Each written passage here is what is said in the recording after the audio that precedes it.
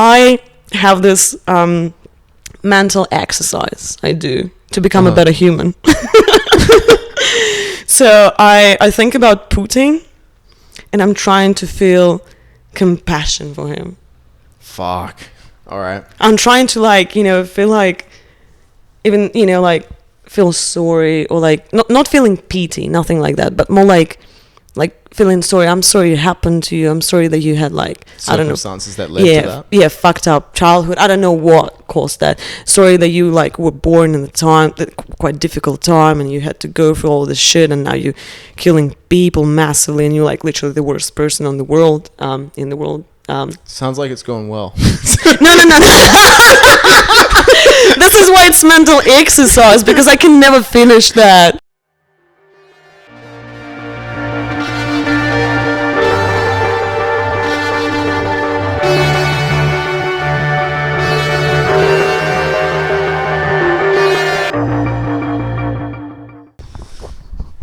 Welcome back to the Unhappy Hour, guys. Today we have a special guest all the way from Russia, / down the road. My good friend, Florence. We're going to go with Florence, but... Sorry. Oh, come on board. Come on board. Okay, hello. Hi. Just grab it. So smooth. I feel like most people, they just rip it out. Try and work out how to get it up. And that was slick. I like that. Hello. Welcome. Thank you. The Unhappy Hour. Oh, wonderful. It's very exciting stuff. I'm glad to have you on. Oh, thank you. Yeah, it's my pleasure. Yeah. Should we cheers? Yeah, definitely. Oh, you're gonna make eye contact. Oh, sorry, didn't realize. So there's no cocktails today because our special guest is not drinking at the moment, although I was informed that she drank last night. So I specially bought kombucha for her, and I'm just drinking. I am actually drinking. I'm just lying. I'm drinking. Yeah, what are you drinking? Drinking vodka and I can't even remember. It's like passion fruit or something. Oh, that sounds yeah, vodka passion fruit. It's a bit basic, but yeah. Oh yeah, no, that's alright. I think vodka is base. Yeah. It's a base something, yeah. That's very true. That's very true. Too mainstream thing for me to say. Sorry. I feel like we should start this because we actually were talking a little bit beforehand. So I think if maybe we get straight into the depressing questions. Nice. Depressing Wonderful. questions. Yeah, good start. And the first sort of question we had for you is based around. So I introduced you as Florence, but some people might know you as Nastia or Anastasia. Anastasia, yeah. Yeah, Anastasia. And I guess I just want to understand the motivations behind the name change and whether it's like a legal name change or that kind of stuff. Oh, yeah, okay, I see. Yeah. That's one of the classic questions, by the way. Is it a legal name change? Everyone's wondering, because it's apparently it makes the difference. It's it's not legal. Fuck you, then I'm going to call you Nastia. Yeah, otherwise you're just a posy. Okay, so I think it's going to be quite an underwhelming answer, I'm sorry. But yeah, I just never felt connected to my old name, and I always hated that. And pretty much... Do you know why, though? Why you hated it? So first thing is that I reckon it's one of the most popular names in Russia, at least when I was growing up. I had, I think, at least 2 more Nastias in my class when I was... very young, and when I was graduating school, it was 5 of us in one class, 25 people, 5 of them Nastia. So yeah, I actually know another Russian. She doesn't go as Nastia, but she was like, I guess. Maybe I'm just butchering it, but how do you say it? Anastasia. Anastasia. I would say Anastasia, but that's definitely probably the same name. I've just realized I've now been incorrectly called my other friend. That's okay. I think it's okay. Happens. Yeah, and also when I came to New Zealand, I was going by Anna. Yeah, so I kind of just shortened my name to 3 first letters. Okay, actually, that does make more sense. Yeah. Yeah, it does make sense. Then but Nastia. So, is that what you used to be called? Yeah, everyone if you're Anastasia, everyone calls you Nastia. It's basically just like that, even though it doesn't really sound like that. And I Yeah. get that a lot, and they're like, did you just make it up? And I'm like, fuck no. Like, my parents call me that. Did you just make that up? Yeah. So yeah, it's a bit of a mess because when I moved to New Zealand, I was Anna, and then out of a sudden, I just decided that I want to go by my real name, which is Nastia. Mm-hmm. The name that I also hated. So, and only recently, I was actually kind of looking for the right name, but it just didn't come to me till December last year. I was traveling with my friend, and I don't know where this name came from, but obviously I heard it before. It's just that for the first time, I kind of felt like it might be my name. You felt connected to Yeah, it? I felt connected to that, and I was like, oh my God, I'm Florence, I'm Flo, yeah. Fuck I'm yeah. Flo. Is that what you're shortening it to? Yes, yeah. Okay, Yeah. Right. So for her friends out there, the third name change. Now Flo. But no, that's really cool. Like I feel like I've maybe never felt really connected with my name, but I've never really internalized that before. So it's interesting to hear that like you went on this journey and then discovered your name kind of thing. Yeah, that's true. So this is pretty much it. Speaking about legally changing my name, no, I haven't. Not yet. However, I introduced myself as Florence at my current workplace, and for me it's a huge step, and I got a lot of support from my workmates. Cool. So yeah, it's nice and it's happening, and I'm gonna legally change it when I can. Nice. So yeah, I'm an immigrant, if you haven't noticed. Well, actually, that's an interesting point because our audience is quite diverse. So, like, it's like 5 people, yeah. Yeah, and all 5 of them are from different parts of the world. But like, literally, like if you look at the demographics, there's like quite a few from America, and then there's like a bit scattered around Asia and stuff. So, yeah, it's not just like the New Zealand that you would probably expect. It was only like 20% New Zealand or something. So. Oh, that's awesome. That's good to hear. Yeah, I'm excited. Yeah. So maybe not far. There might be some people from Russia, possibly. Depending on. Yeah, I'll get more listeners to you. Yeah. Yeah, well, hopefully you'll broaden our audience a little bit more. That's really cool though. So you're crazy to hear as well that your workmates sort of took it like. Yeah, but we have very like the same hobby. I guess it's more like in a professional setting. It's probably easier to accept that kind of stuff. Maybe. I'm not really sure about that. I tend to think that my workmates just very nice people. Yeah, and they just kind of like open to anything. So yeah, it was easy. And also like, what can you say to a person who's saying like, oh, I'm changing my name to Florence, and you go like, I think we heard a lot of it at the poker group.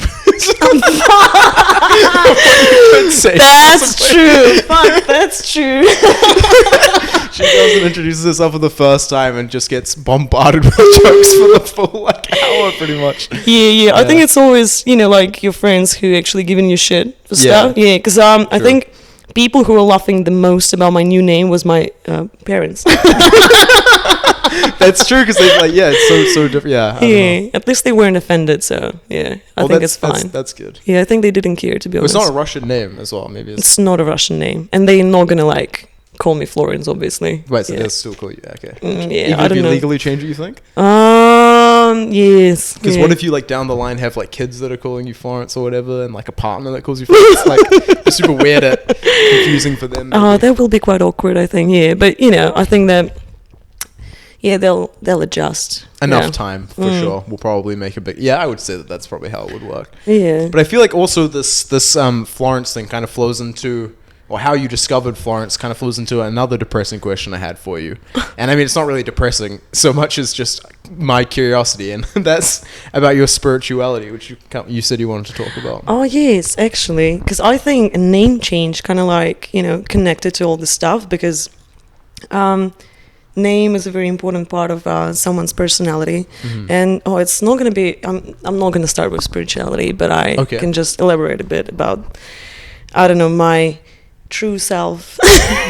Is that not spirituality? No, it is, but I'm gonna just start with more like down to earth things. So we'll dabble into the the depths of cool. Yeah, so the thing is I have 2 personalities. No, I mean I'm not diagnosed with anything, but so when I started to learn English, not actually when I started to learn, but when I moved to New Zealand and I started to create new friends groups and started to speak English pretty much all the time, I discovered like the whole new personality, the whole new path for me. And this new person is, I think, much more brave, much more honest, even though I think I always was pretty honest and it's just kind of like my thing, but yeah, maybe it's what my personalities are sharing. And well, they're both you, right? Still. Yeah, they're both me still, but I think that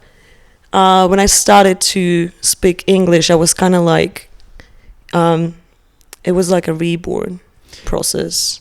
Is that just in terms of how you think about words and language? Yeah, because I think not only that, but also it's an opportunity to start from the scratch, I guess. Because I was able to pick the words that I use, pick the way that I speak. I don't think I'm doing that well yet, so I'm still going there.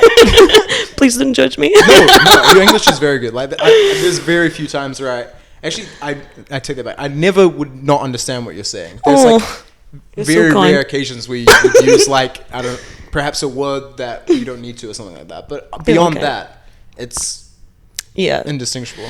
Thank you, Adam, and feel free to call me out if I say shit. You don't have to worry about me. My producer might. All right, thanks. Yeah, thanks for this free English lesson. Should put it on the whiteboard. So yeah, and when I started to sort of like discover this part of myself, I also made new friends who I speak English all the time, obviously, and it was easier for me to just be myself. Yeah.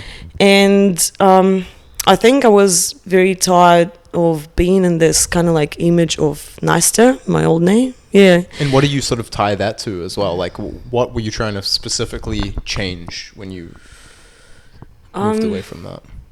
That's a good question. So it has nothing to do with the way my name sounds, but I reckon it's like I'm saying goodbye in a way to my Russian personality, if I can say so. I was brought up as an entirely Russian family, and I reckon my whole background is actually very, very much Russian. As you would expect. Yeah, but I think certain things just have to go. And what stuff though is like? If you don't mind me asking. Sorry, I'm maybe putting you on the spot here. Yeah, we go into complicated topic of what Russian culture is about actually.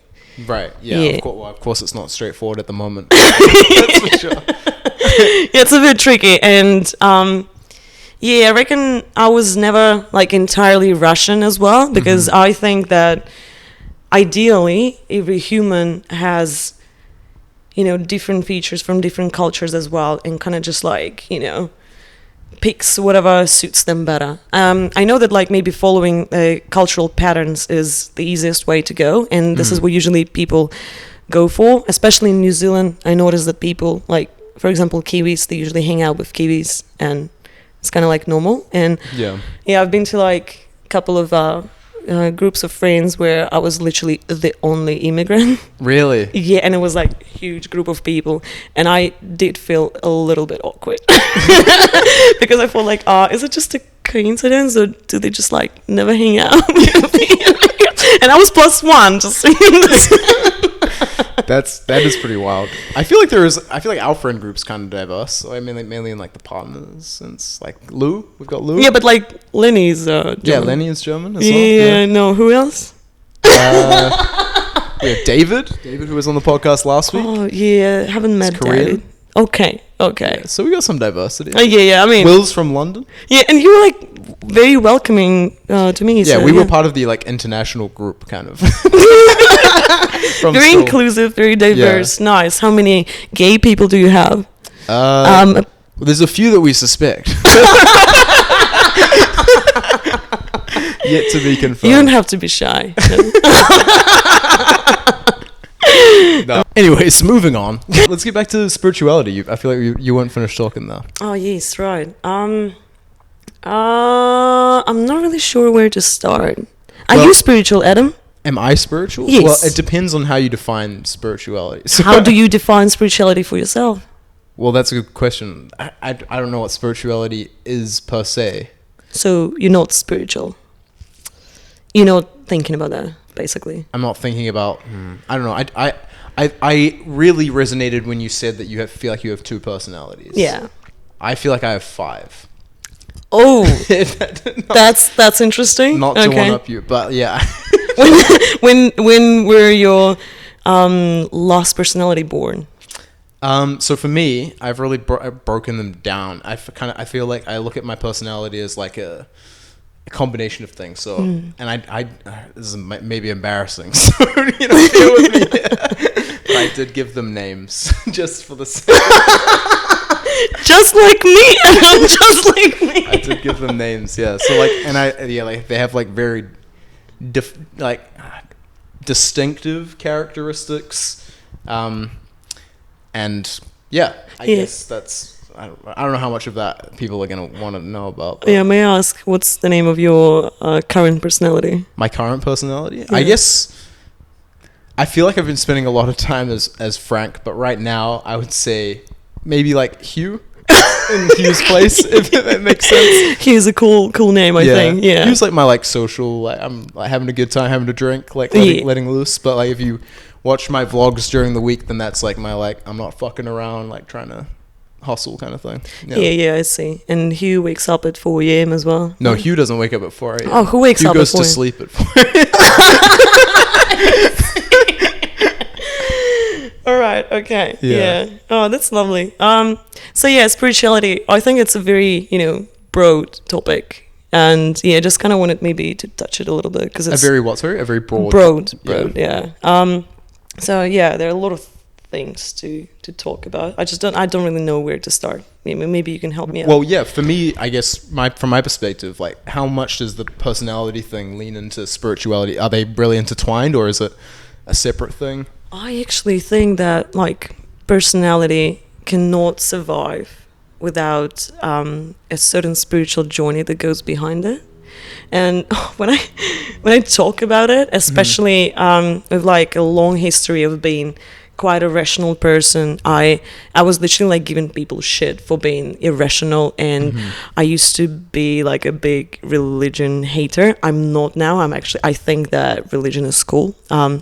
Not all of them, not cults, not this kind of stuff, but sure. Obviously there's some extent, and I think that what you're saying is religions that are not doing good things, right? They mostly have a bad they do. message. I'm saying like the ones that you don't believe. Yes, yeah.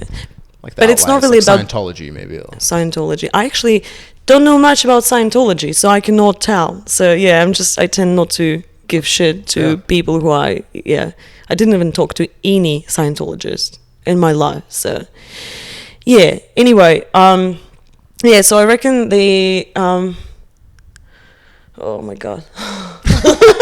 It feels like it's like a big topic to break down. Oh yeah, that's for sure. And yeah.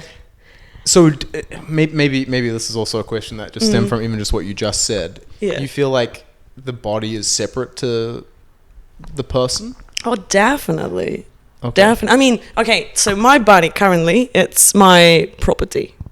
I own it. I have like full responsibility for my body. But it's just a vessel, so it's not really like what is the most important thing in life. Maybe so it's not you. Yeah, in my current life, obviously this is like what I use, and it's a huge asset. Like it's helping me so much, and I take care of my body, and I can do so many cool things with my body. but yeah, it's not really the main thing in life. And when you kind of like just think about it properly, I think it helps you to find true self as well. If you don't think of this journey in this particular life to be your main goal, even though this is like what we currently do in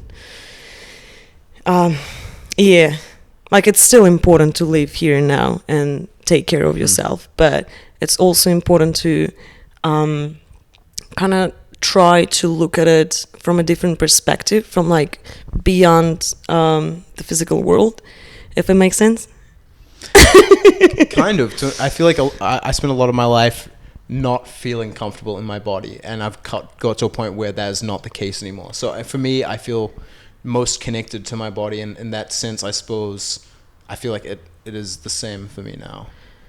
Oh, that's interesting. Yeah. And do you think you getting closer to your true self? I don't really know what true self means. I mean, I have an idea of what I would like to be. I think that's all you can do, is you can choose an ideal for yourself and strive towards that. Yeah, but I reckon it's just, gets quite complicated when we are being influenced by, physical world and kind of stuff that we are surrounded by. And we tend to think that, like, we know what we want, but it's basically like being trapped in this current situation and kind of like trying to make sense out of it. And which is fine as well, because we still have to be happy in this life.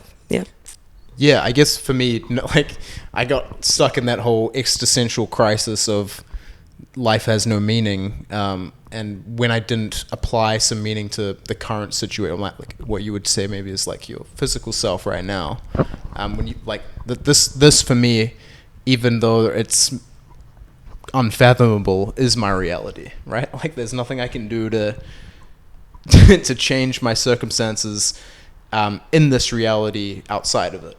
So, or maybe you feel differently. Yeah, I actually feel differently, quite differently, because I do understand that people go through a lot of stuff, mental health issues. I think it's very important to point out that I know what I'm talking about. And sometimes when you experiencing, certain hormones not working well in your body, you cannot really get outside, your physical body and kind of look at life as something bigger and more significant than it is. But when you just experiencing some sort of like inconvenience being in your own body, you can actually still do some work and try to adjust the way where your mind is going, if it makes sense. I'm gonna actually explain it a little bit. So just, the disclaimer, I'm not talking about mental health issues. If someone experiences mental health problems, they probably should speak to a specialist and do whatever is best for them in terms of like medication. But when you just struggle, I think that it's up to us and it's up to our mental strength to actually point our mind in a different direction and try to go there, and I'm pretty sure that you do it quite a lot, just because of all the stuff that you created in your life and, where you're moving, like, when you're waking up at 4 a.m., I reckon it's not a nice experience and you're not feeling... fuck, I was born to be, waking up at 4 a.m. Nobody feels that, but... No, for sure. But you're waking up, and you told me that you're doing actually quite a lot of work in early morning. Yeah. Which, by the way, was quite motivating for me. Thank you for that. You're welcome. Waking up at 6:30. Nice. That's like still impressive. To be fair, 4 a.m. is pretty fucked up. To be honest, it's fucking too much, Adam. It's like a torture. It's not ideal. Yeah, I cannot shift my mind into thinking that 4 a.m. is a good time to wake up. Like, you apparently did that. You convinced yourself somehow. You changed the direction of your thinking process to realize that actually it's a good thing for you. And I think doing that, just changing how your body has this automated response to any inconvenience that you have in life, and instead you just you taking control over that and you deciding how you feel about that. You see? See, I would say that it's not the body that does that, though. I would say it's the mind. Like, it's all about strength of mind. It's like, for me, like in the past, like I don't know, maybe you feel differently, but from my perspective, my body does what my mind tells it to do.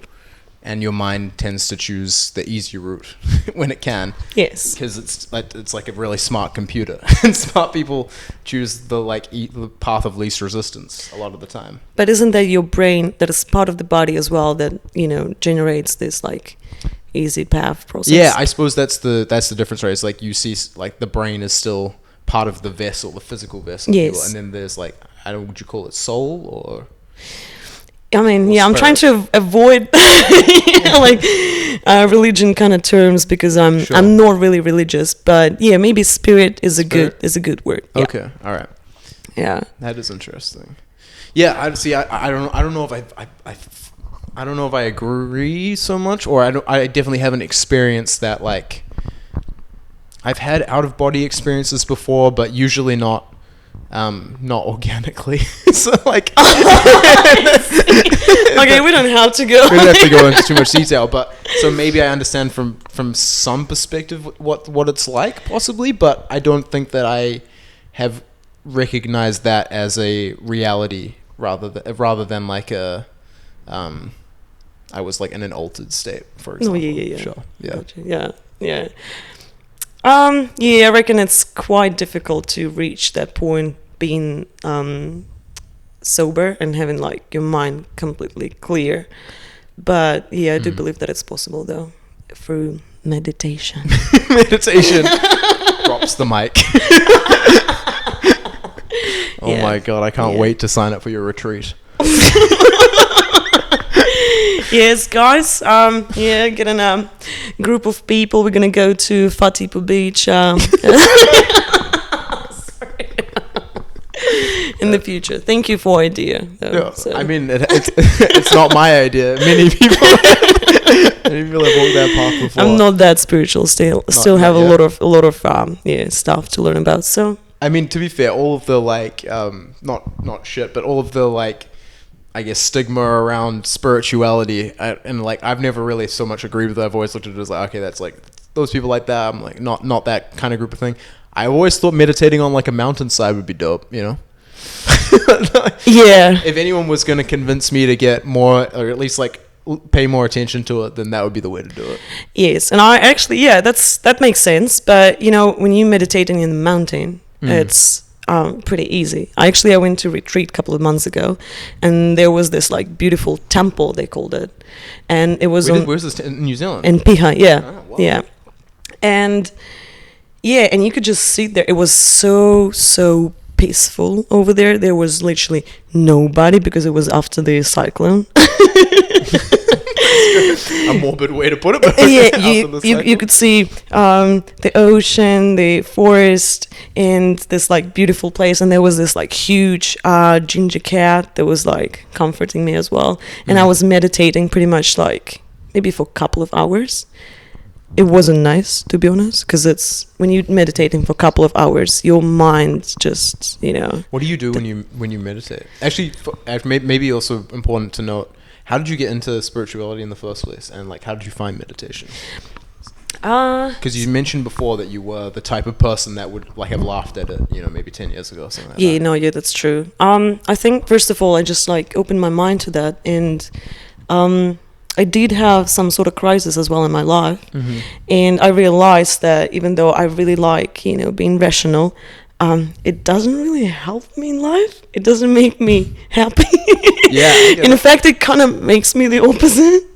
Yeah, because all the life seems pretty dull. I feel like the exact opposite. I feel like I had such an irrational like thought process. Yeah, and I'm finding peace and structure, if that makes sense. Yes, and I do understand that. And what I used to think before, like what was my comfort thought when I was thinking about like life in general and my purpose in this world, I was seeing the world as being like completely empty.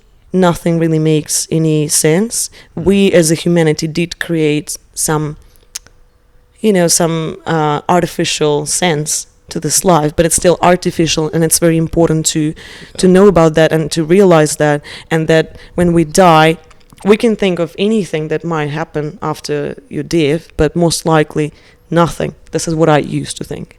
And when you see life as this just, like I don't know, just this pointless process, I think it just didn't make me happy. However, it felt like I have some control over that, because if nothing really makes sense, I get to create the sense, and I can pretty much do whatever with my life. But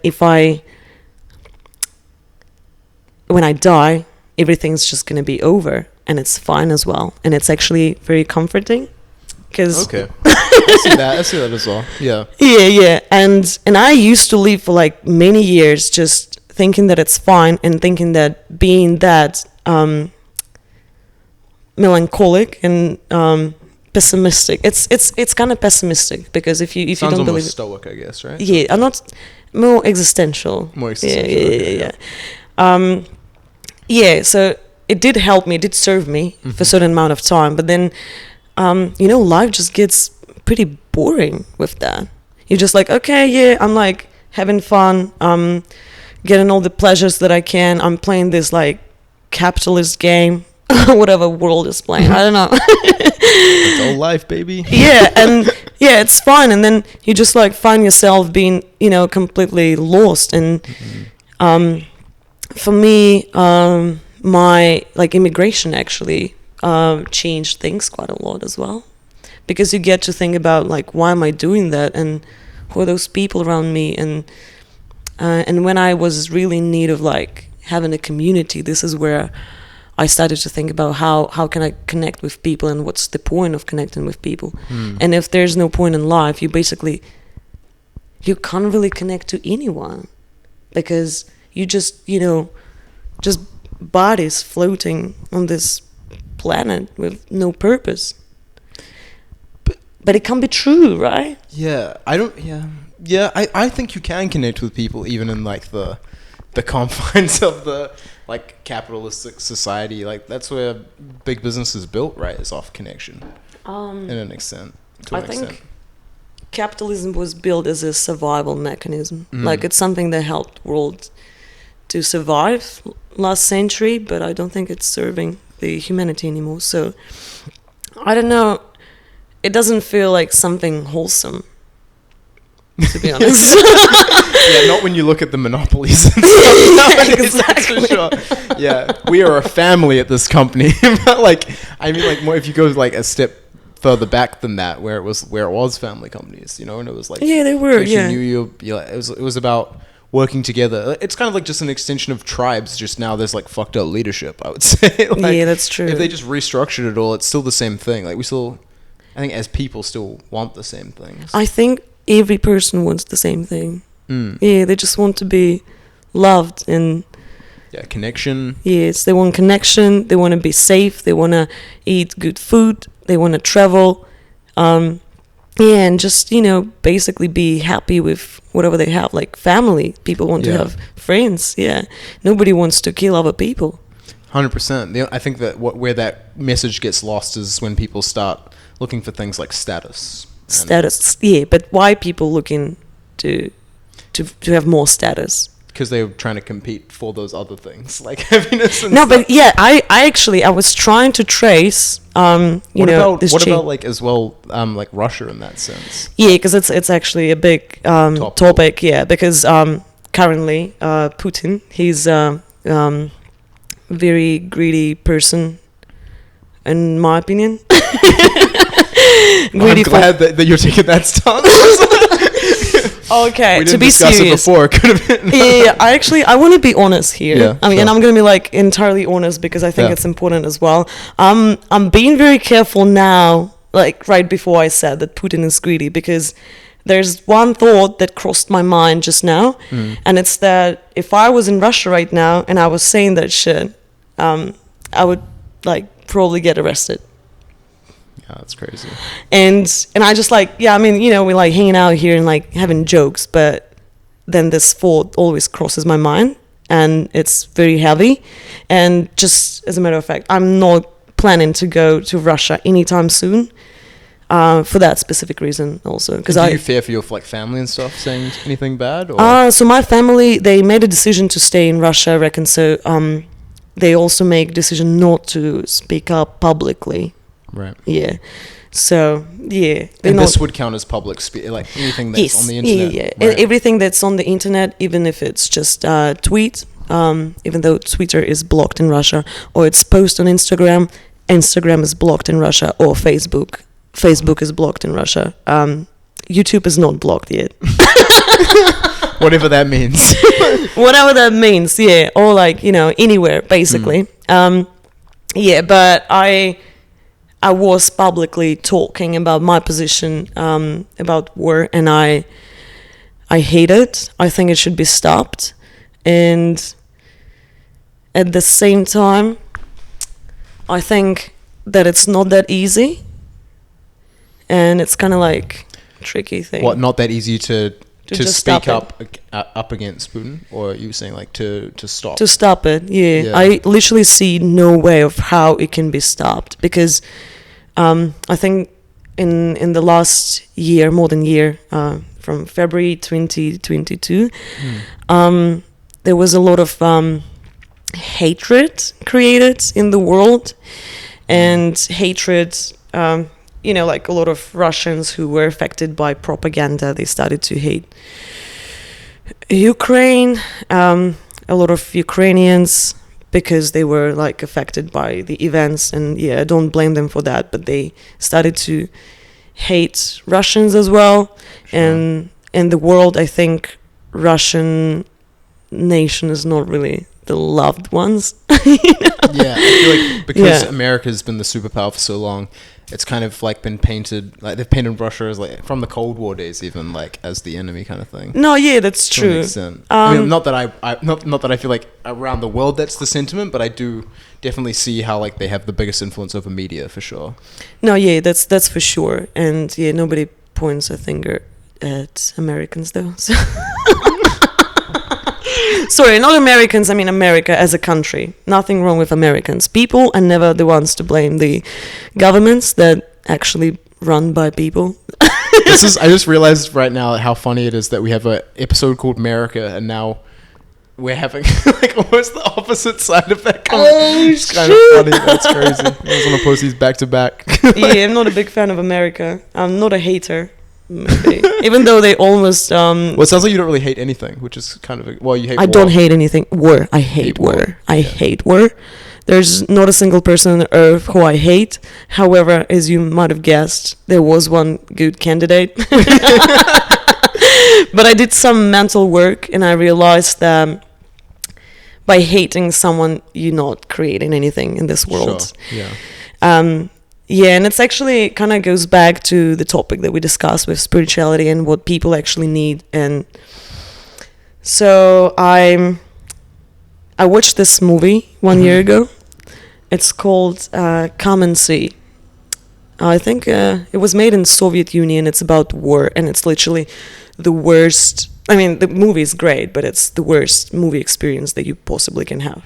What does that mean? What does that mean? It's just very intense, and it's Come and see. Yes, come and see. Yeah, it's horrible. The whole movie is like a bad trip. What? Because it's like represents life or something? Or? Life during the war. It represents war as like if war was a movie, it was Come and See. And okay. So I don't mean to spoil the experience if people are actually going to watch it, but we'll just give them a disclaimer, then you can talk about it. Oh yeah, awesome. Yeah. So there's this one. Are you okay with me spoiling it for you? Oh, okay, all right. So there's this one scene at the end. So this guy, he's been through quite a lot. It's basically a story about a kid who was mobilized as a soldier for war. Wow. And he's going through a lot of stuff. And then I think by the end of the movie, it's pretty much like the war is over. And he has this gun on him. And there's a portrait of Hitler just sitting in the puddle. Mm.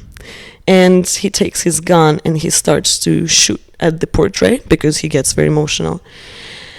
And while he's shooting like multiple times, and you can hear those like shots, there are some pictures, coming up in his mind, I reckon. And it's pictures of Hitler, declaring speeches, and Hitler telling people to kill other people, and just Hitler doing like shitty stuff. And then he goes back in time, and the time when Hitler was just rejected by the art school or whatever, and he still like shoots at him, and he shoots, and you can hear those like shots. And then there's this picture of Hitler being literally like a toddler, a baby, being held by his mother, and you don't hear a shot. That's so true. And this single scene affected me so much, because like I have like personal thing against Putin as well, like this like kind of stuff, because I honestly, every person who's involved in that, I mean, every Ukrainian, every Russian, even like every person from Georgia or Kazakhstan or Turkey, whoever was like involved in the way that how they had to like accept a lot of immigrants as well. People are affected by the war. They feel this hatred towards this person, and the rest of the people who might be responsible for what's happening. But when you think about them as people, like Putin as a human, he's still a human. You're trying to realize like, why is he behaving this way? Why did he build all this? What is he getting from that? And I don't think he's happy. Yeah. And I don't think that he has been happy, to be honest. I think that Lex Friedman talks about this, and it's sort of like an interesting take. I'm definitely not qualified to give my own opinion on it, which is why I'm sharing his one. But so feel free to push back. No, that's okay. If you disagree. But he was saying something along the lines of he doesn't think that Putin is as evil a leader as Hitler, for example. He thinks that like Hitler had lost his mind, right? Whereas like Putin, somewhere deep down, wants what's best for Russia and wants to be remembered as a great leader, and that's kind of his like motivation. And so it's not necessarily coming from a bad place. He's just sort of got to maybe a disillusioned point where he sees himself as the best option for Russia, and then obviously like if you take that out of context and see all the terrible things that he's done, it's really easy to be like, oh, he's the bad guy, but like it kind of comes down to the point of like no one sees himself as the bad guy, right? Or do you think that he like wakes up in the morning and thinks like, I'm an evil dude, I'm gonna like do this for this reason? Or? No, that's interesting point, and I think he's definitely delusional. Like you cannot, as you said, nobody like wakes up in the morning thinking like, oh, I'm gonna do so much evil shit today, yay! Let's destroy the fucking world. Other than Billie Eilish, no one's the bad guy. That's funny. But it's still like you need to kind of understand what's his motivation then. Yeah, well, that's the thing, right? It's like a case could be made that from his delusional perspective that he still thinks that he's doing what's best for Russia, and he wants to like claim this territory, which is Ukraine. No, I think I don't think that it's like that. I mean, it's not quite like that. So as far as I know from the stuff that I was reading about, I don't know, people who used to work with him and stuff, he's very delusional, but it's not like he's crazy or anything. It's more like when you do certain things in your life and you know that they're not right, it's like it's the worst thing in the world to feel like you're failing as a human, to think that you're a bad human, bad person. I think our mind has this like mechanisms of like protecting us from thinking that, and no matter what you do, you will always find a way to justify what you're doing if you keep doing that. Sure. It's easier to maybe look at it in the past, if you've done some shit and then you're like, okay, yeah, I did bad stuff, but if you like keep doing that, to accept that will mean to change your life like significantly, like dramatically. It's gonna be, I don't know, flipped. So yeah, I think he might suspect that something is not going well, but to accept this, his mind will have to do quite a big switch. Yeah, and to be fair to like the rational side here, like there's no way you're imprisoning that many people for disagreeing with you without being a little bit, not crazy, but like definitely delusional. Like you got to be trying to convince yourself of some higher purpose. Yeah. Because there's no way that you can justify that any other way, really. Yeah. Let alone the war, which is obviously going on. Yeah. Yeah, for sure. There are too many stuff that already happened. You cannot just, undo that. So you kind of just... He keeps convincing himself that it's what he wanted, that he's doing a good thing. What the propaganda says that he's actually doing denazification of Ukraine. Is that actually what he's saying? Yeah. Like, wow. Yeah, straight up, yeah.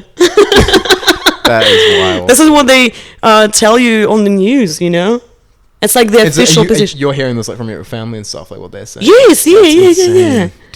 Wow. Denazification, yeah. Like there are Nazis in Ukraine who just keep people as hostages, and this is why he stole the kids as well. You know the story about the kids and. No, I don't know the story. He basically stole kids from Ukraine. Oh, he stole kids from Ukraine. Yeah, this is why. He can be arrested now by like international court. Oh wow, okay, well, that's good, I guess. Yeah, it's good. Yeah, this is why he's basically locked in Russia at the moment, which I'm pretty happy about. But yeah, I don't know where it's going. Yeah, maybe not the best for him to be locked with all the nuclear warheads in Russia. I mean, not to say I've heard like some terrifying stuff about how people think that he might have cancer now, and like what kind of a person in that level of power with a terminal illness and not a lot to lose would do. Yeah. Have you heard of shit suitcase? No, what's that?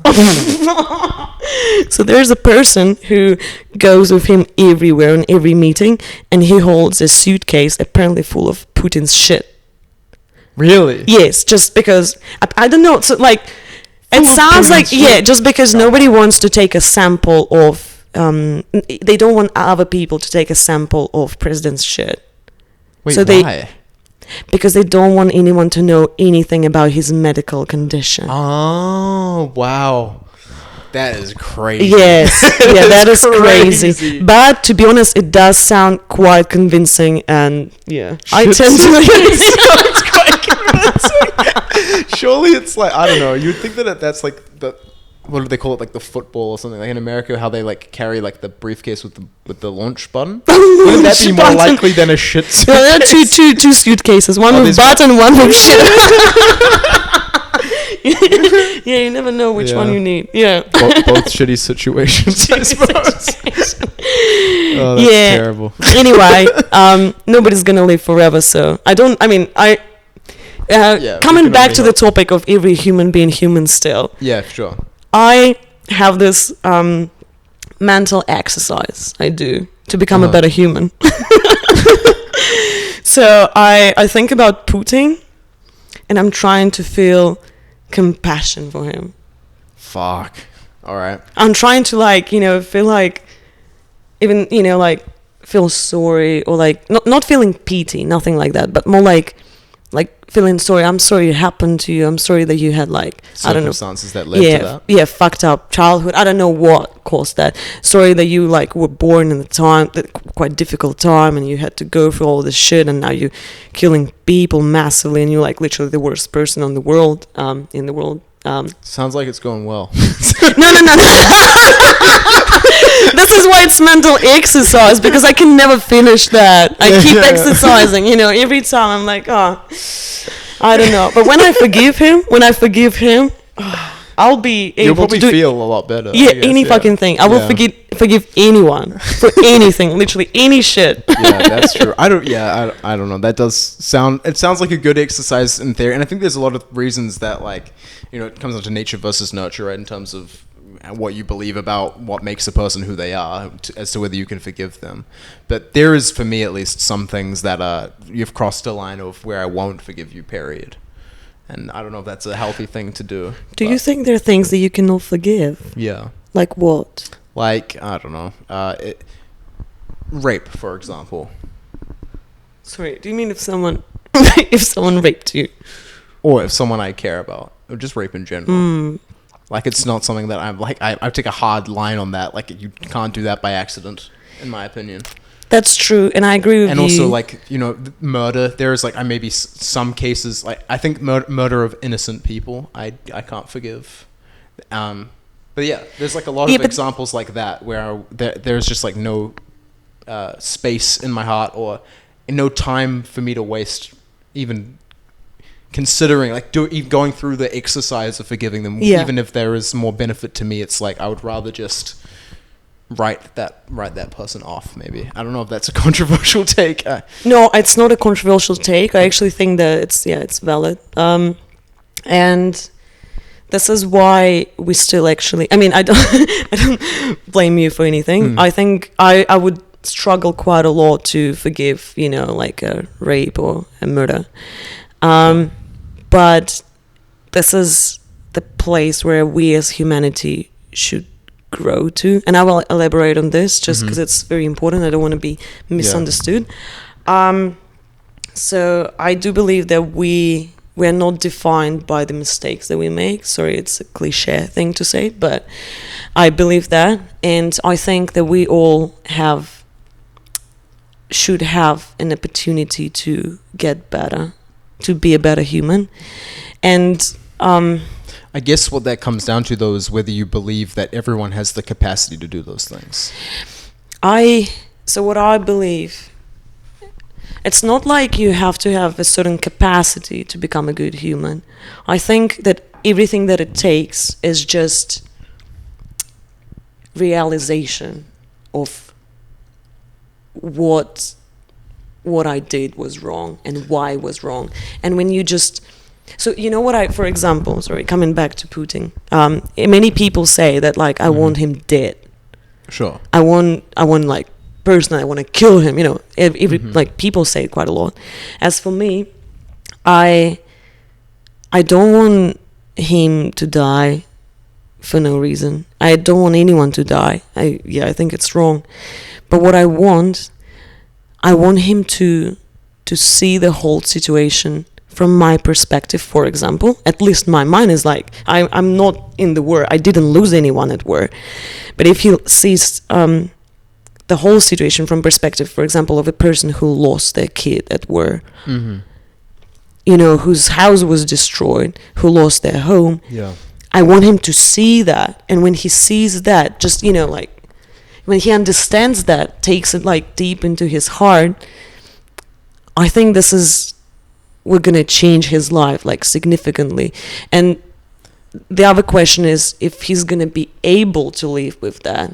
That's another question. If he's going to handle that weight on his shoulders, this, I don't know, like, this is the only question that I have. But I think as soon as you realize you cannot repeat your mistake unless the world kind of like pushes you there, and this is the problem with you know, prisons and jail system in general. But do you think that everyone has the capacity to like truly internalize that? You know what I mean? Like, there's like some people that are sociopathic, for example, that just don't have that capacity, like, to feel that.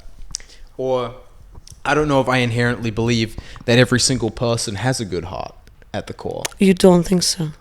I don't know if I do. Yeah. I think that there are some crimes out there that it would be really hard for me to even fathom doing that as a good person.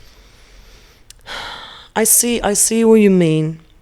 It's a tricky one. I do still believe that every person has a kind heart because we all want the same things. But in each case, I think it's very important to try to understand what led this person to that point where they committed a crime. And usually, I'd say, like, every time when I was doing this exercise, usually it's, unfortunately, society. I'm not trying to be radical here, but but I think it's like, I'm part of society. It's my responsibility as well. And if I'm being mean to someone, if I ruin someone's day, if I'm just doing something bad and I don't realize the consequences, this is the consequences. Like, when you're not being a good person, and then, it creates all this, sorry about that, but like, negative energy, but I like, literally, I mean, negative. No, I know what you mean. The destroys the mood. It's just, detrimental to society to be mean. All we can do as people is strive to be a net positive on the world. And I think that is something that everyone should do. Yeah. But I suppose like the flip side to what you're saying is that if you think that everyone has the capacity, even like really bad people, you can observe the bad things they've done, can be good or not be good, or at least internalize what they've done and feel some regret. Yeah. Then that also implies that every good person has the capacity to do bad things. Unfortunately, yes. I think every person can do bad things, and everyone does. But to that scale, though, like I could fathom myself, maybe stealing from a dairy.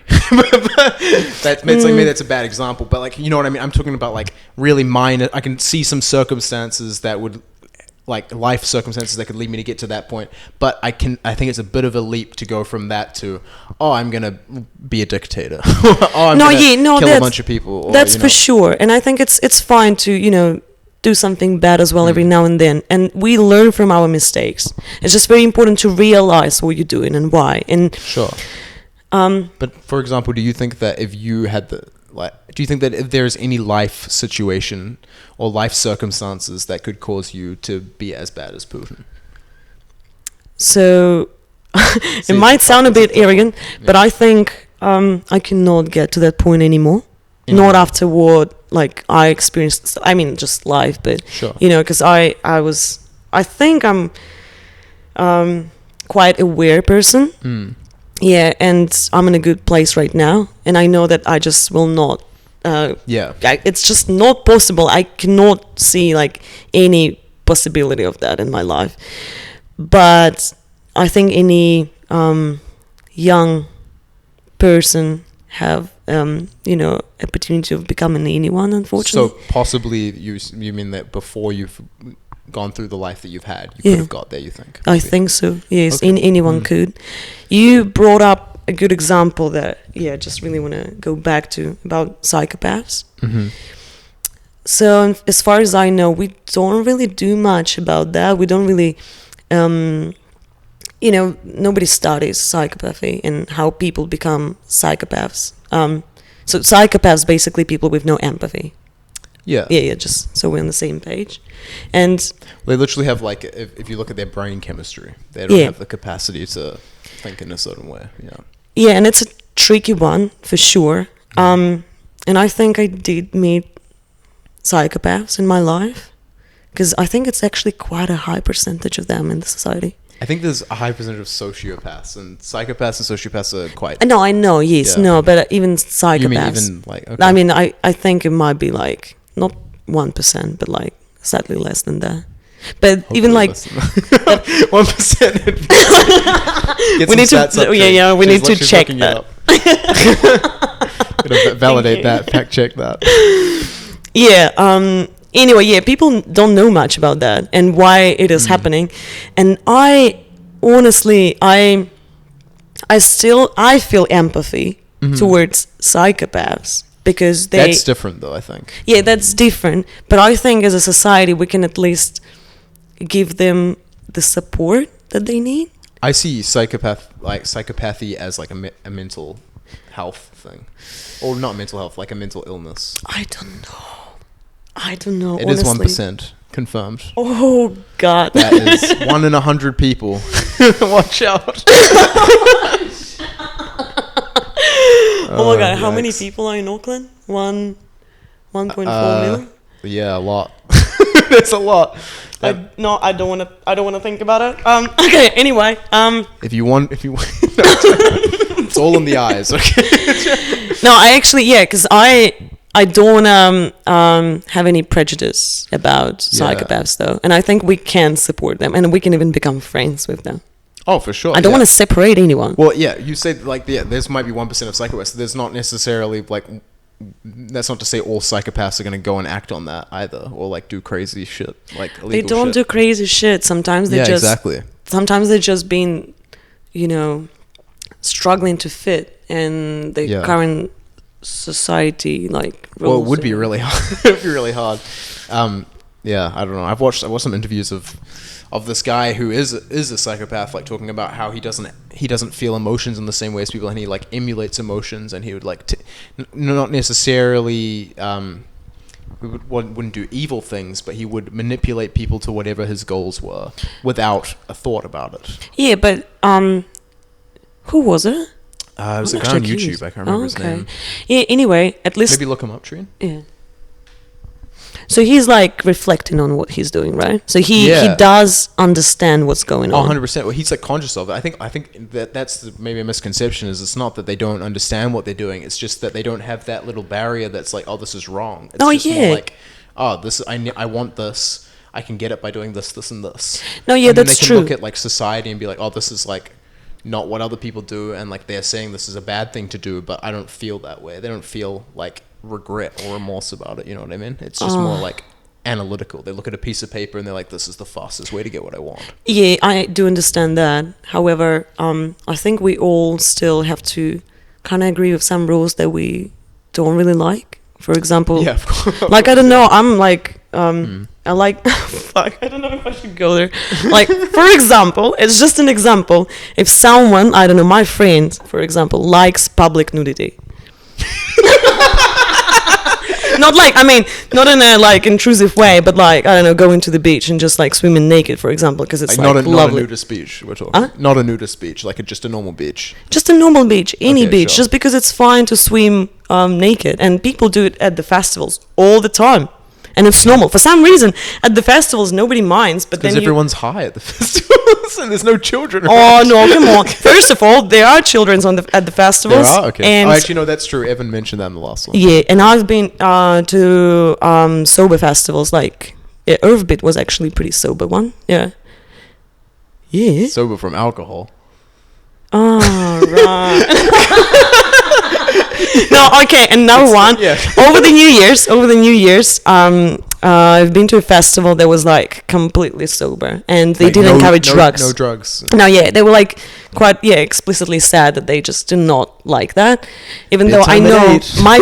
my friend smoked weed, not me. I would never. I would never. And my friend also was swimming nude in the river, not me, in front of kids.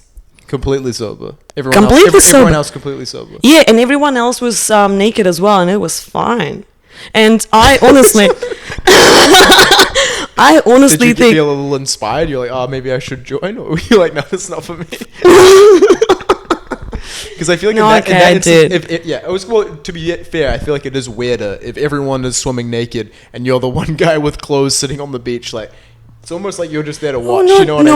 No, that's fine. Actually, no. People usually they don't really care. Like you wearing clothes, you not wearing clothes. Everyone's just like, it's fine. Nobody free. cares, and that's so fucking wonderful, to be honest. And I do understand why we have those restrictions. I think we have like, you can get fined if you have even if you like topless, even if you're a guy in like a public place. Does it kind of like desexualize the human body in a way, do you think? I actually don't think that our bodies should be sexualized. Like, Yeah, I agree. body by itself is just a body. It's something else that you get like, turned on by. It's Spirit. a spirit. Exactly. I do have a very sexy spirit, but you can't see. Yeah, exactly. And I think if we just, remove this, like the whole sexual context from that, I do understand why we have this restriction. It's just so Sure. like, creeps don't show their penises to kids. But yeah. But yeah, but I suppose to that extent though, what you're saying is that the body, and I do agree that I think it's like over-sexualized in society, and I think that like it's super whack that male nipples are sexualized and female nipples are like, it doesn't make any sense to Our me. nipples are just more sexy. I take extreme offense to that. At least mine, I mean. You know what I mean? Like, why? Like, yeah, I don't know. It's crazy that there's certain things that are only sexual for like on female bodies and not on males, supposedly by societal standards. That's ridiculous to me. But I do think there is something to be said about not swimming naked in like normal places. Or you think it should be prohibited? Well, I think that they have like boundaries and for the right reasons, because whilst we can say that it's ideal for it not to be sexualized, it is sexualized. Therefore, that creates like a context of, I don't know. But you put this context on that. Like, imagine, Adam, imagine if everyone just swims naked. You know that, like, for example, in Germany, they go to sauna naked. Like, it's mixed sauna, and everyone's naked, and it's fine. It's okay. I don't know about that. I don't know. Yeah, maybe it's and just it's a cultural difference, by the way. It's a cultural thing. Yeah, to be fair, maybe I am like, I don't know. Maybe I do just I've internalized the media too much. Oh my god. Have you ever swam naked? I don't think so. Oh my god. Yeah, Adam, come on. So. Do you want to join? I have a shower every night. Does that count? No, I'm afraid. No. It's very liberating, to be honest. It's very liberating. My friend says. So my friend says. Oh. I don't know. Yeah, I feel like it. But I also, maybe we have very different takes on that for a lot of reasons. Like, I feel like our takes on sex maybe are different. Because I don't know if you'll like want to talk about it, but like your sexuality is maybe something that's different to mine. And no, my sexuality is definitely different to yours, I think. Allegedly.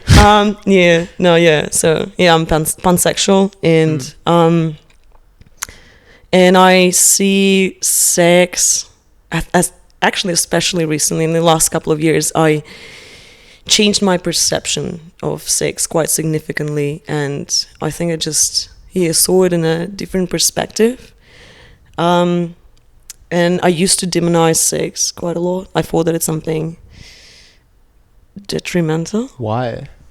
Just because, sorry, it's going to be quite depressing, but I reckon Welcome to our show.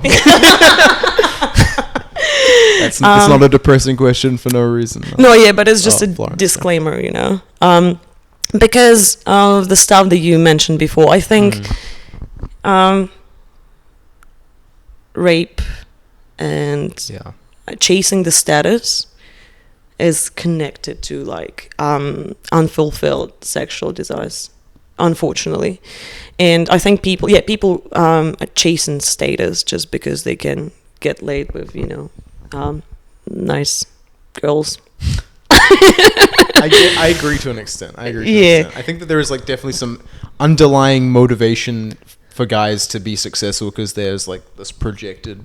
It depends on what level of motivation you have to be successful. Like, I think there's a lot of different motivations actually, to be frank. But I can see that there's like a lot of young guys out there that see it as an easy way to not put in the work to their personalities and just like skip to getting more attractive girls or whatever. And that's because that's a narrative that's passed to us again through the media. There's like certain communities out there on YouTube and stuff as well.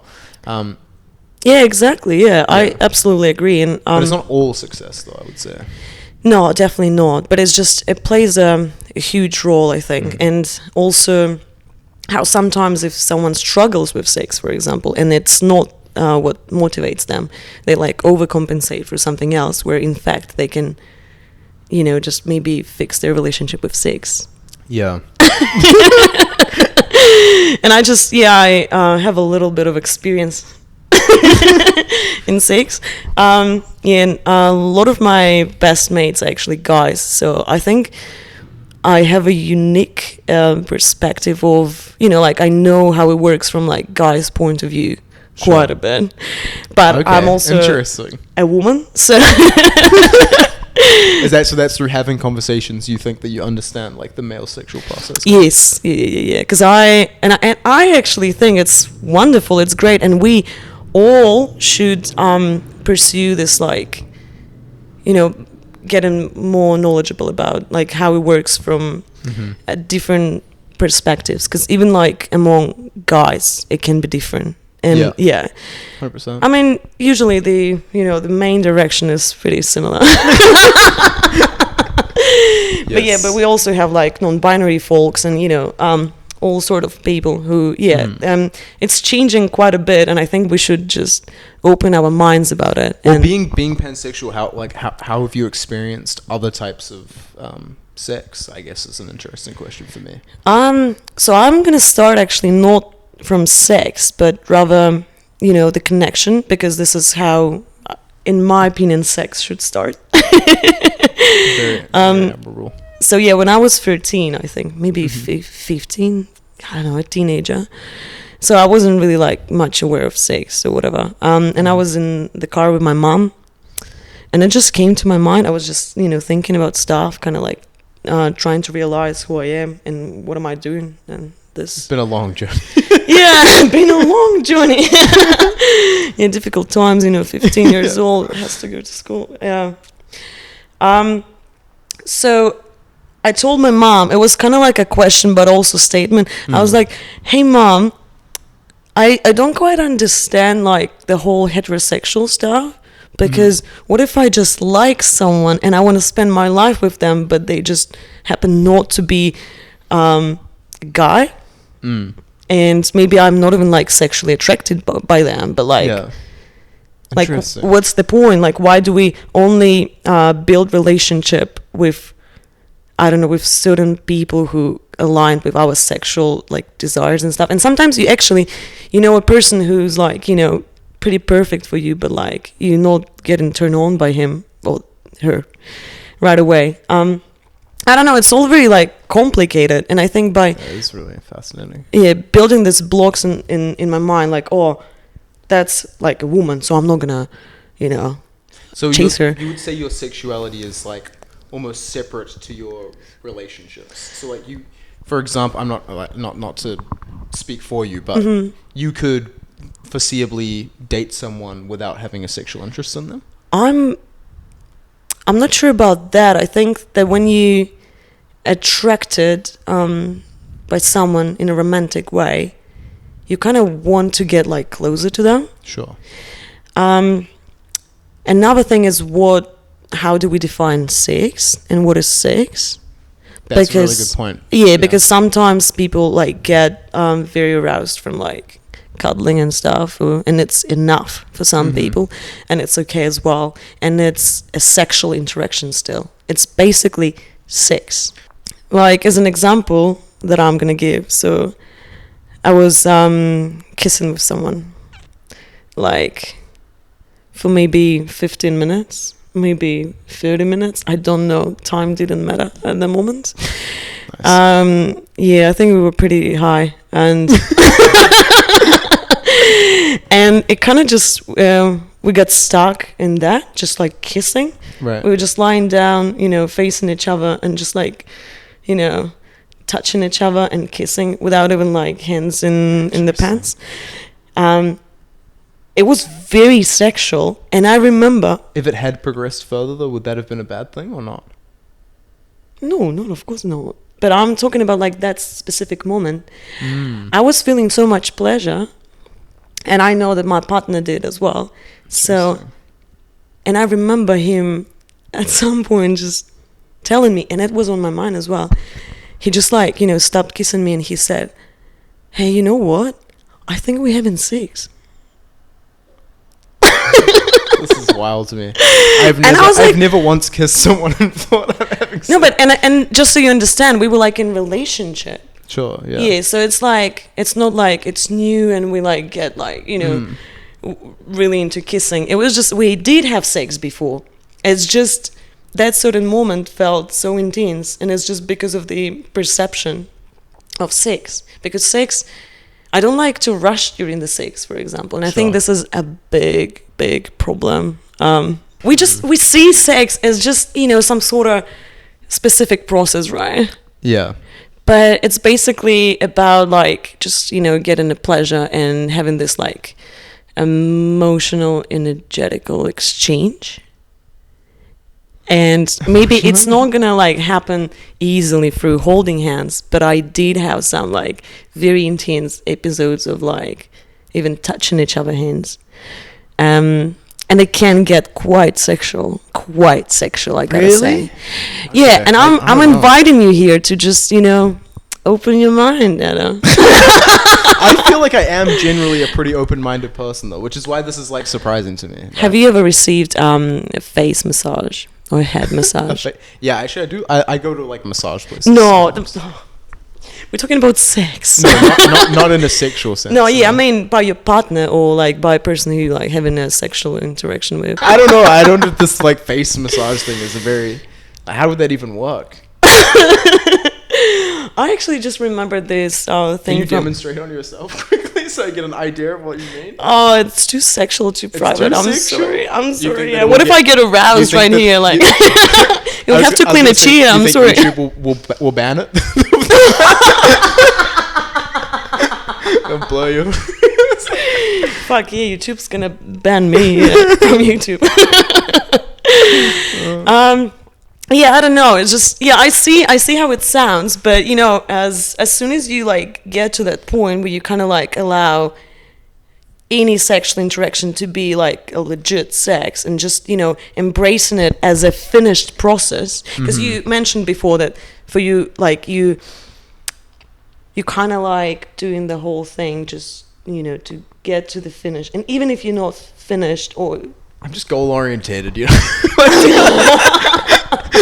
There's like, it's not like I would say that I'm not saying like I really want to get to the finish as quickly as possible. No, like, yeah. That's not the goal. I'm not trying to say that. What I am trying to say though is that is definitely like, I think a mutual orgasm is definitely the goal. No, like that's what I'm. That's. I think we have a problem here.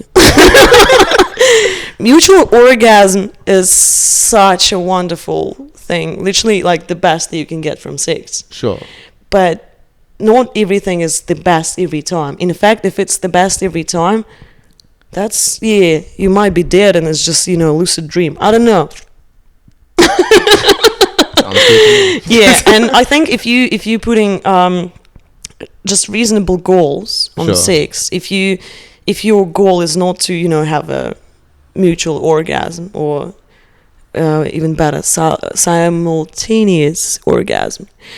If your goal is just to spend quality time with a person who you feel connected to, that's beautiful. Then it's actually fine. You honestly, can, like, that is like real. That's a really good way to put it. Because you're right. Like that's obviously that's what you, in my mind, would be my goal every time. But you know, that's not always how it ends up for sure. Like you know, so that is a good, like really good way to frame it. Do you remember as a kid, like if you were making out with someone like as a teenager? Sure. And usually didn't happen a lot as a teenager. But go on. Sorry about that. Anyway, so when you're having this, you know, kind of sexual interaction for the first time, I mean, kissing, you still got aroused from that, right? Yeah. I guess. Yeah, I guess. All right. I mean, it's like maybe it's just now. I don't. Usually, I think teenagers when they kiss, like at least I'm talking from my perspective, from my experience. So when I was a teenager and I was kissing someone, I was going through so many different emotions, and it was usually the kiss by itself was enough, and it was very intense experience. It was something even like almost sacred, you know. I think I definitely probably got a little turned on by the, like, it felt not like a bad thing, but it just, I don't know how to put it. It felt like naughty almost. Naughty, yeah. That's probably, I feel weird saying that word out loud. But you know what I mean? Like, I don't usually use this word when I'm talking about sex, but I think okay. I like aroused for sure. Okay. I definitely do understand that as like a precursor, but I would say that is why I would find it arousing as a precursor. If I'm like having sex and then I'm kissing someone, then for me it's like, You're not kissing during sex? Sometimes, but like it's not like my favorite part. Like, oh, what about just kissing someone's body? Is it different? Yeah, it's very different. Yeah. Okay. What about cunnilingus? Do you do that? Yeah. Oh, okay. It's not disgusting. I don't know why. It's quite messy. It can get quite messy. I don't know. Maybe there's like more. Maybe that's like more, like, not taboo is the right word, but that's like more like forbidden-ish, I guess. And that's why you like it? Yeah, I guess so. Because you like being naughty, apparently. Shut the fuck up. Sounds so Oh, that's great. Sorry for putting you on the spot. No, that's what this show's about. I'm glad someone's putting me on the spot for once. Speaking about other delicious stuff, I quit drinking alcohol almost, kind of. Yeah, we kind of talked about it at the beginning, but yeah, I was like completely shocked that I was like prepared only kombucha for this episode. Yeah. Florence comes in and says, "Oh, by the way, I drank yesterday, but I am sober." What the fuck does sober mean? No, yeah. No, actually, me so too. I'm sober. I haven't had a drink in 20 minutes. Okay, if you knew me, my previous self, from the past life in Russia, Sure. basically. Uh-huh. So I used to drink quite a lot, I think, especially for my age. And I basically started when I was... Oh, thank God my mom doesn't speak English. Yeah. I tried alcohol for the first time when I was 11. 11. Okay. That's some yeah, New welcome Zealand to shit. Russia. Or maybe Russia. And then I think the first time I got drunk was maybe 12. 12. But I wasn't like drinking, in everyday life. It was more like, once a year kind of thing. Sure. And I think... How did you get it at that age? You had like certain ways, like for example, someone who looks older. Right, of course. Yeah, I have a sister who's 2 years older, and she had older friends, and this is how we both got alcohol. Can you buy it younger as well in Russia? No, I think you can buy it from 18. Okay. Yeah. So yeah, it was illegal. I also was smoking from 14. 14. Yes, I was probably smoking from like 15, I think. So. Oh, okay. So yeah. Anyway, for me, it's I quit smoking, by the way, and it's much more proud of that than alcohol. High High five. Yes. Yeah. Fuck nicotine, the worst drug ever. Yeah. I'm sober on that. I only smoked yesterday. No, but I think I just changed my perspective on alcohol in general, because I think alcohol could be good. It's a good icebreaker. I used to have a lot of friends in Russia who we were drinking quite a lot together. Sure. And I think it helped quite a lot. I was dealing with like a lot of stress at work as well, and in uni. I was drinking maybe like a couple of times per week, and I didn't even care, and it was quite excessive, like crazy. I was doing shots. I was drinking vodka. Oof, I feel like that's like what I would associate drinking with in Russia. Yeah, and I remember one episode when so I was part of this like student organization, and I was chosen to be like, I don't know, like manager of like a committee, like social committee, and I was like entertaining people or whatever, I don't know. And as a part of like process of making it official, I was asked to drink 200 grams of vodka as a shot. Okay, so that's what 200 milliliters, right? Yes. Fuck. Okay. Yeah, it was fucking crazy. It literally like it almost killed me, and I couldn't like move. I couldn't go to sleep, and I couldn't vomit anything, nothing. Like literally just you're just digesting that, and it's like clear vodka. So I don't know how it works, but anyway, it was the first moment in my life when I started to question my life choices. I mean, in terms of alcohol consumption. So, and I think I quit drinking at that moment after that. How old were you at this point, sir? Oh, 14. 20. I was 20. 20. Okay, that's much better, I guess. And I quit drinking for like a couple of months just because I couldn't. Right. Yeah. I do. A lot of people do have like you have that moment after a big night where you're like, I'm never drinking again. It's just slightly different to that, obviously. No, yes, almost dying. Oh, yeah, almost dying. But yeah, no, I think now when I think about it, it wasn't that bad. I had much worse experience later in my life. You saying you've drunk more than 200 milliliters of vodka? No, but I mean, in no, one I go? just felt much worse than that. Okay, right, sure. Yeah. Yeah, but for me, I think alcohol, it doesn't really...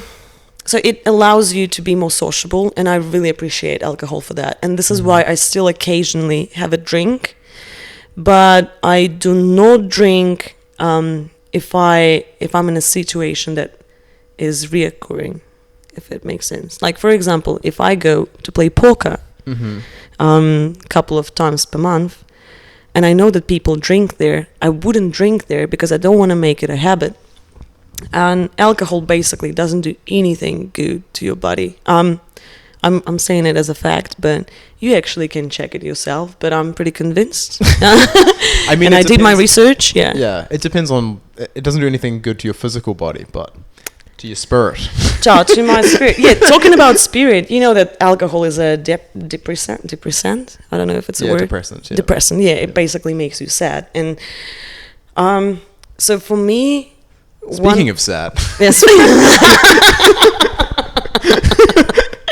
Sad collection. www.sadcollection.com. Yeah, good shit. I just touched a couple of shirts. So fucking nice, guys. Yeah. Really? I'm glad you like it. You pick something from the rack. As long as you wear it everywhere you go. Oh yes. The catch-22 is you have to post about it once a week. Oh my god. On your social media. I actually do feel bad that I still haven't bought anything from you. You don't have to buy something from me. No, I'll give you mates rates if you want to. No, that's okay. I mean, if I want to get something, I will buy it. I have like other mental blockages in my mind. What about the sad thing? No, about new clothing. Oh, new clothing. Yeah, because I'm like, sustainability and shit. So I got some old clothes. Sounds good, actually. Yeah, I'll take that. Or like the samples that you want to throw away, I'll take them. The catch is we're pretty close to K Road, so as I've talked about before, op shopping they do go up in price. Unfortunately, you would think that they're now vintage sad collection, very expensive. Did you actually put it in op shop? No, but I went shopping at an op shop. Okay. And I was like, this fucking shit is. Like, I saw some stuff that I thought was really cool. I was like, I'm gonna pay fucking $20 for these pants. That's awesome. Turns out they were like $150. I was like, why would I buy these over buying new pants? They're the same price. No, yeah, it makes sense. It's still, but you know what? I went so deep into that I'd rather buy something old, even if it like pre-loved, even if it's expensive. It just pisses me off giving the money to the whole point of that market should not be to because those pants would have originally sold for that much, and then now they're just selling it for the same amount. Yeah, but it's not about money. 10 years later.